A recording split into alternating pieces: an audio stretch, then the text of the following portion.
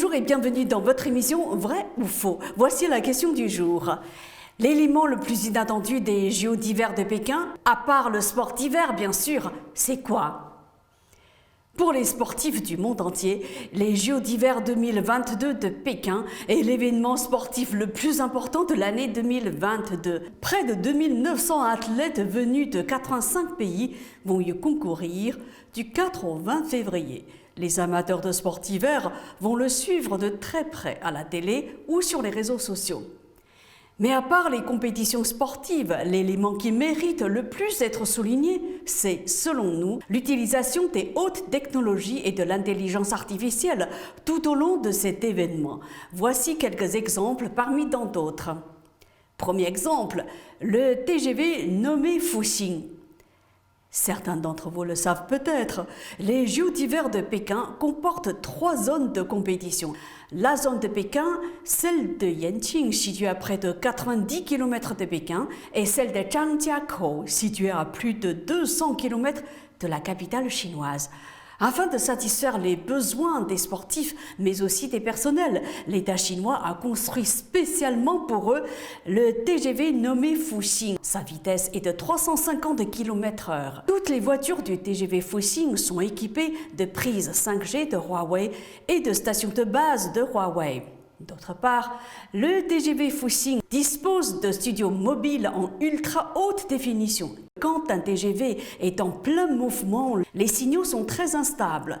Mais lors de la construction de ce TGV, les ingénieurs chinois spécialisés en 5G ont réussi à optimiser la connexion avec l'extérieur, de telle sorte que même si le TGV roule à toute vitesse, les réseaux fonctionnent normalement.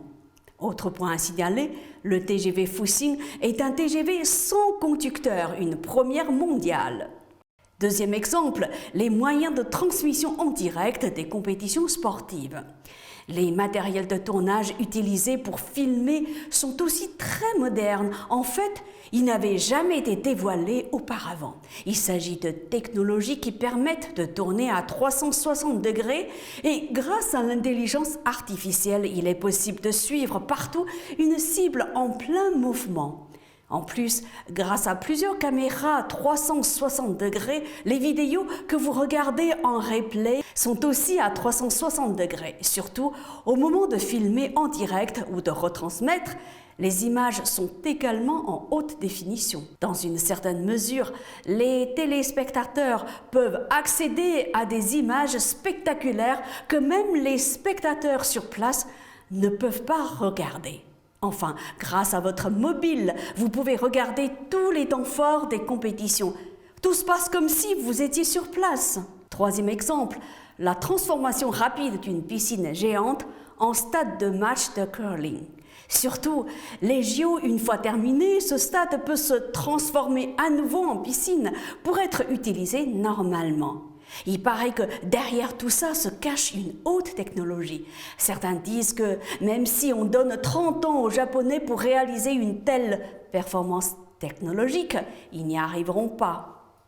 Quatrième exemple, pour la première fois dans l'histoire des Jeux Olympiques, l'électricité provient à 100% des énergies renouvelables. Cinquième exemple, et non des moindres, dans un grand espace réservé aux médias, les repas sont préparés par l'intelligence artificielle. À l'heure du repas, un journaliste arrive. Les menus sont affichés au mur. Il a choisi un plat à base de bœuf à 60 yuan, l'équivalent de 8 €. Le paiement une fois effectué et la commande passée, l'intelligence artificielle commence à préparer le plat. Et quand le plat est prêt, il arrive directement sur la table du journaliste. Bon appétit! Maintenant, la conclusion s'impose d'elle-même. Le point le plus important des JO d'hiver 2022, c'est l'utilisation par la Chine de ces hautes technologies, ces technologies les plus avancées. Les JO d'hiver de Pékin annoncent donc l'entrée de la Chine dans l'ère high-tech. C'est la fin de cette émission, merci à vous de l'avoir suivi. N'hésitez pas à vous abonner à Mandarin TV YouTube pour suivre le meilleur de nos émissions. À bientôt sur Mandarin TV.